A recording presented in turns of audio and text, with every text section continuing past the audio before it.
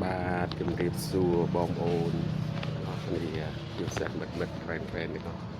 តែស្គាល់ខ្ញុំបាទឬមិនស្គាល់សូមជំរាបសួរពីចម្ងាយហើយក៏សូមសួរសុខទុក្ខពីចម្ងាយដែរសុខទុក្ខយ៉ាងណាដែរចំណែកតែខ្ញុំនេះការរកស៊ីមិនទៅកាក់កបសោះឥឡូវនេះតែថាស្ងាត់nhiềuពេកបងប្អូនហើយក៏សូមជូនពរបងប្អូនជួបតែសេចក្តីសុខសប្បាយគ្រប់ពេលវេលាទាំងអស់ហើយសូមបងប្អូនជួយ like ជួយ share ជួយ comment ខ្ញុំផងបាទខ្ញុំដៃថ្មីនេះជាកន្លែង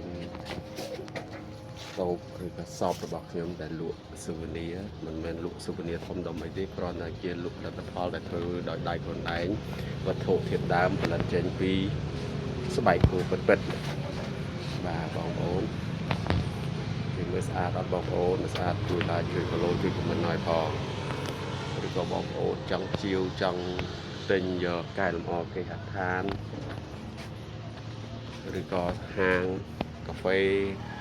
ផ្ទះសំណាក់អីបងប្អូនអាចតាក់ទងមកយើងខ្ញុំបានទូរស័ព្ទលេខ012 410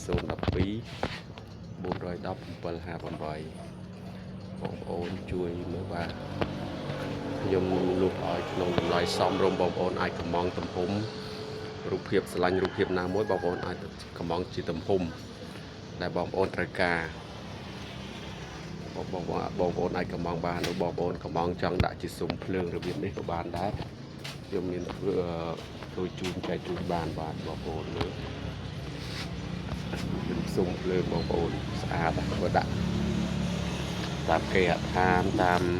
ហាងនានាបងប្អូនប្រកបគាត់ជាពេញចិត្តហើយបងប្អូនជួយ like ជួយគាំទ្រខ្ញុំផងណាបងប្អូនរូបច្រើនរូប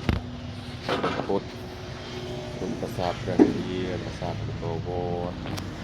មានរូបអីផ្សេងច្រើនណាបងប្អូនជួយមើលស្អាតអត់បងប្អូន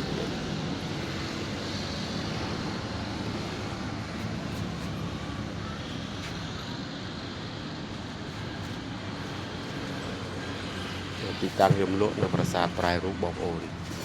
ទូរស័ព្ទយើងខ្ញុំ012 41 0758បងប្អូន